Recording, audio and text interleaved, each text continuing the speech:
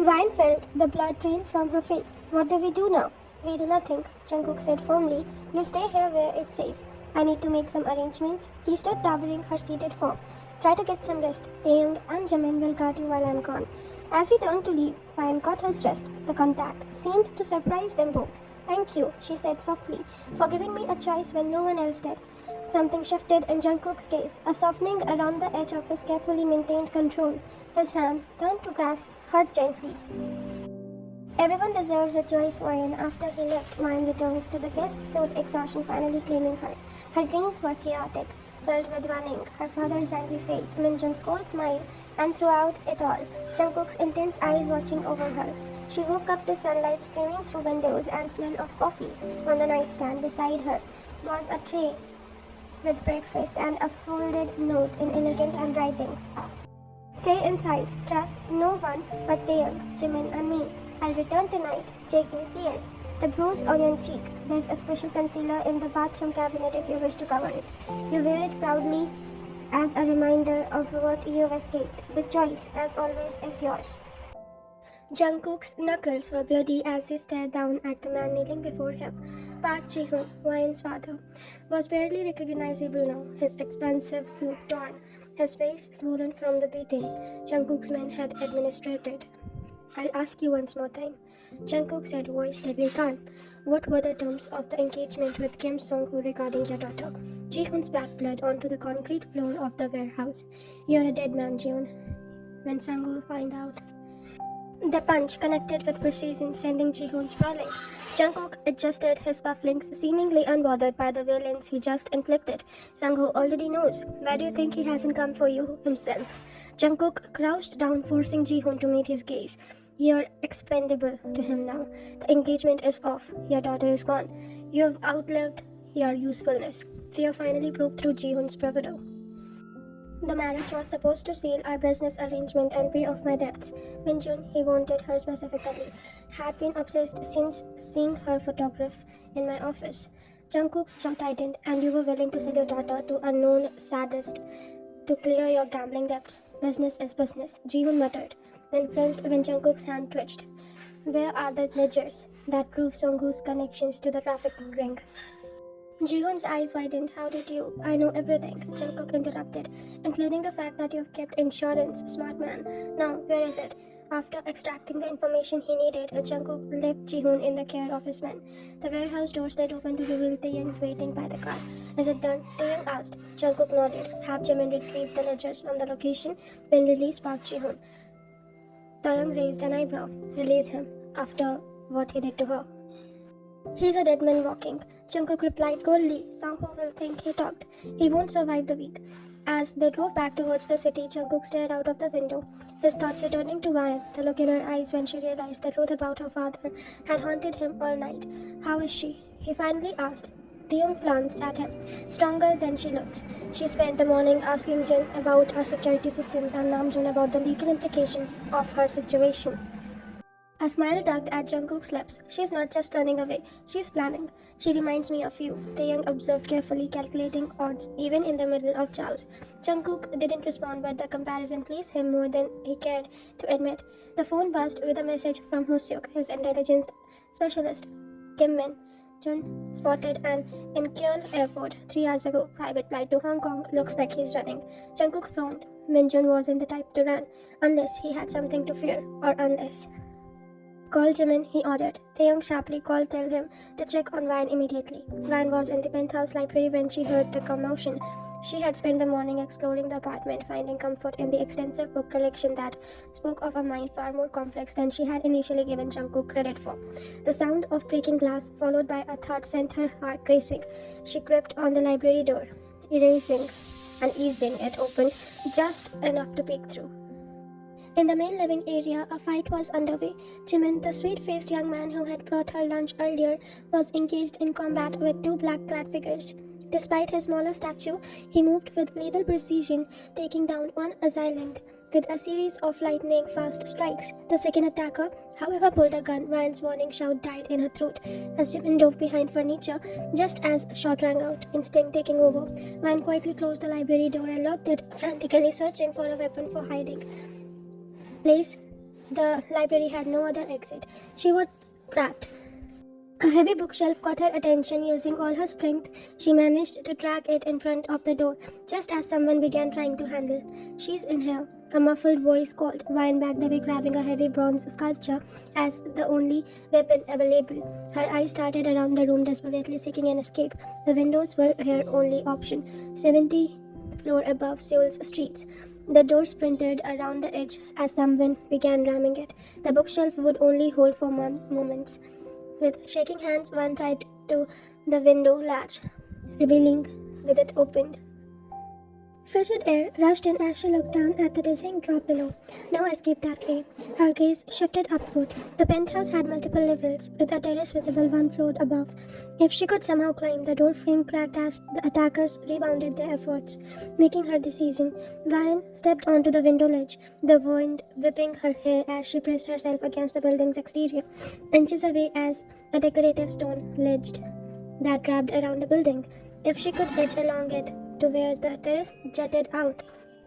A final crash announced the door giving way. Without further hesitation, Vine stepped onto the narrow ledge, her entire body trembling as she began to end sideways, refusing to look down at the fatal drop below. Behind her, a masked figure appeared as the window, shouting in surprise before reaching for her. Vine moved faster, her fingers gripping the smooth stone exterior, her heart threatening to burst from her chest. Just a few more feet to the terrace. Her foot slipped. For one terrifying moment, Vine felt herself falling, then strong hands grabbed her waist, halting her descent. Looking up in shock, she saw Jungkook leaning over the terrace railing, his face a mask of controlled panic as he held her suspended between life and death. "I've got you," he said, voice strained with effort as he began pulling her up. "Don't look down." With his strength and her desperate scrambling, she soon collapsed into the terrace beside him, gasping for breath. Before she could speak, he was pulling her to her feet. "We need to move now." Gunshots rang out from inside the penthouse. Jungkook pushed her behind him, protectively drawing his own weapon from beneath his jacket. "Stay close," he ordered, leading her through terrace doors into what appeared to be his personal suite. As they moved through the opulent bedroom towards the hidden panel he revealed in the wall, Vine finally found her voice. "Jimin, is he? He'll be fine," Jungkook assured her, ushering her into a concealed elevator. Backup arrived. The elevator ascended rapidly. In the confined space, Van became acutely aware of Jungkook's proximity, the subtle scent of his cologne mixed with something metallic. Blood. "You're hurt," she realized, noticing the dark stain spreading on his white shirt sleeve. "It's nothing," he dismissed, though his jaw was tight with pain. Then the elevator door opens. They were in an underground parking garage, different from the one she had arrived in. A sleek, armored vehicle waited, the engine running. Once inside, speeding away from the building, Ryan's clock began to wear off. "They found me." "How did they find me?" Jungkook's expression was grim as he drove, occasionally checking the mirrors for pursuit. "There's only one explanation. We have a traitor." The implications hung heavily between them. Someone close to Jungkook had betrayed him, had sold information about Ryan's whereabouts to Kim Sung-ho. "Where we are going now?" she asked quietly. "Somewhere no one knows about," he replied. "Not even my closest men." As the city flew by outside the window, Ryan stole glances at Jungkook's profile, the determined set of his jaw, the intensity in his eyes. He had saved her life twice now. The question was whether she was trading one dangerous situation for another. As if sensing her thoughts, Jungkook spoke without taking his eyes off the road. "I won't let anything happen to you, Ryan. I promise you that." The conviction in his voice made her believe him, despite everything. "Why?" she asked. "Why risk so much for someone you barely know?" Jungkook's hands tightened on the steering wheel. "Because from the moment I saw you 6 months ago, something inside me recognized something in you. Call it fate, call it madness. I don't care. But I know that protecting you is the most important thing I've ever done." The raw honesty in his voice silenced her. As the city lights blurred past, Vine realized she was crossing a threshold into a world where the rules were different, where danger and protection, fear and trust, hatred and passion all existed in the same breath. At the center of it was Jungkook, her kidnapper, her protector, her enemy. The mountain road wound through dense forest, far from Seoul's bright lights. They had been driving for hours, the city giving way to Serbs. Then rural countryside, and finally this remote, forested area. Vine had dozed off at some point, exhaustion claiming her despite the circumstances. She woke up to Jungkook gently shaking her shoulder. "We are here, here." was a traditional Hanok house, beautifully preserved and nested in a clearing surrounded by pine trees in the pre-dawn light. It looked like something from a fairy tale, my grandmother's house, Jungkook explained as he held her from the car, careful of this injured arm. No one in my organization knows about this place. We'll be safe here. The interior was perfect blend of traditional architecture and modern comfort. Jungkook moved through the spaces with familiar ease, turning on minimal lighting and checking security systems that seemed surprisingly advanced for such a traditional setting. There's a bedroom prepared for you down the hall, he said, but first let me check the perimeter. While he disappeared outside, Ryan explored the main living area. Unlike sleek modern penthouse, this space felt warm, lived in. Family photographs and simple frames lined on one wall. A younger Jungkook with a gentle face, elderly woman, both smiling broadly. In the photos, he looked different, softer, and unburdened. My grandmother raised me after my parents died, Jungkook said, returning to find her studying a picture. She was the only person who ever truly knew me. The simple admission revealed more about him than hours of conversation had. When did she pass away? Ryan asked softly. 3 years ago. His voice held carefully controlled grief. Cancer? This place has been maintained exactly as she left it. Ryan noticed him wince as he removed his jacket. The blood stain on his sleeve now larger. Let me help you with that, she said, nodding towards his injury. He seemed about to refuse, then nodded. First aid kit is in the bathroom cabinet. As Ryan cleaned and dressed the bullet case on his upper arm, she was acutely aware of his eyes watching her face, of the intimate silence between them. His skin was warm beneath her fingerprints, the muscle tensing slightly at her touch. You've done this before, he observed as she perfectly and expertly wrapped the bandage. My mother was a nurse before she married my father. Ryan explained. She taught me the basics before. She trailed off, unwilling to complete the thought. Jungkook caught her hand as she finished securing the bandage. Before she changed, he finished for her. People aren't always who we think they are, Ryan. The double meaning wasn't lost on her, including you. A ghost of a smile touched his lips, especially me.